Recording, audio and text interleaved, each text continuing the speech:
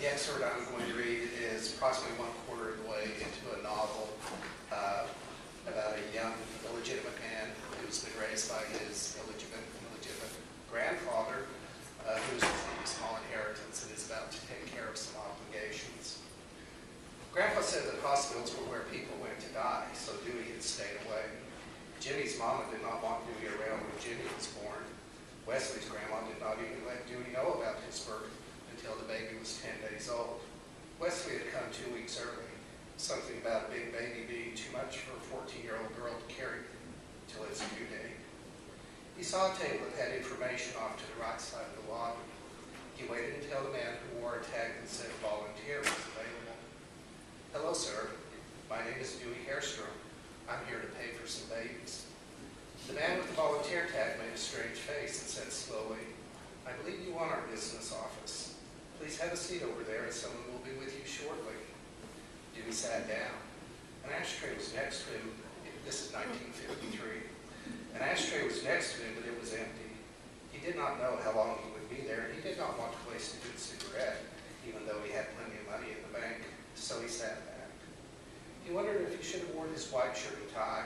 The hospital was more quiet than either the Creekers Baptist Church or the Webster United Methodist Church. He stared down at the floor.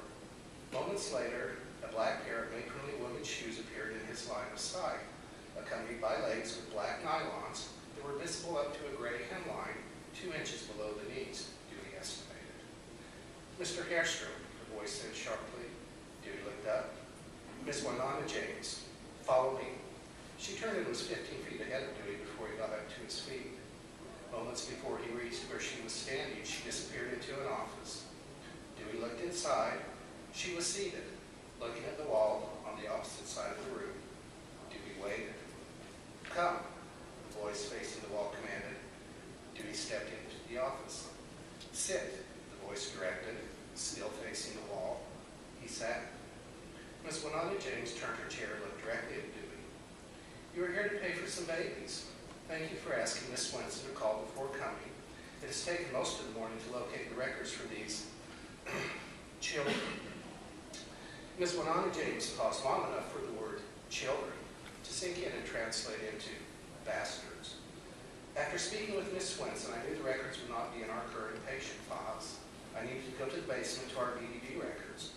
I found the record for Jimmy Dewey Hairstrom, birthday April 16, 1951, rather easily. His birth was non-eventful. Mother and child had him out in 2 days. His bill was $69.78. Wesley, the Rogers boy, born 6 months later, he was something else. I know, Dewey thought to himself, Wesley pooped and peed in his pants a lot more than Jimmy. That child, who is a Wesley, there were complications with both he and his mama. It was a delicate situation, a 7.5-pound baby and a 14-year-old girl. In fact, I'm surprised I do not remember the child when Miss Swenson called this morning. The bill for the Rogers child was $109.97. I don't know why we didn't just round it up to an even $110. Dewey was pretty good at rounding up and rounding down. He had listened closely to both amounts. He was getting better at math, but he could not add the two numbers with dollars and cents and listen to Miss Winona James at the same time. The silence gave Dewey a chance to add. 70 plus 110 equals 180.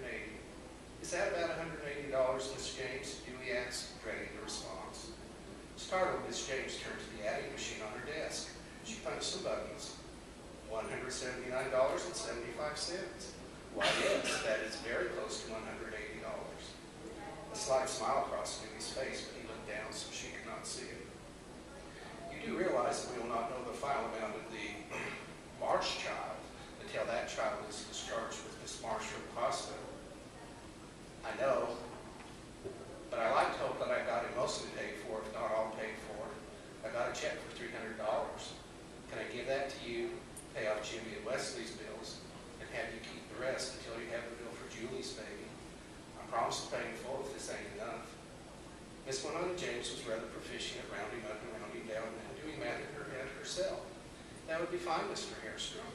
Unless there are complications, I would be surprised if Miss Marsh's baby cost more than $100.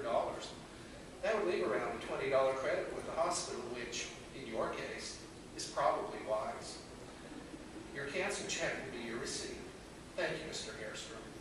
She slipped the check from Dewey's fingers and turned back to the wall. Grandpa was sitting on the bench under the tree. Dewey sat down, took out a cigarette, and lit it. He finished it. He lit another one. He finished it. He lit a third Camel. Son, I know you've got plenty of money in the bank, but don't you think it might be a good idea to spread them out some? Grandpa, I thought I knew where hell was, but I was wrong. It's down the hall.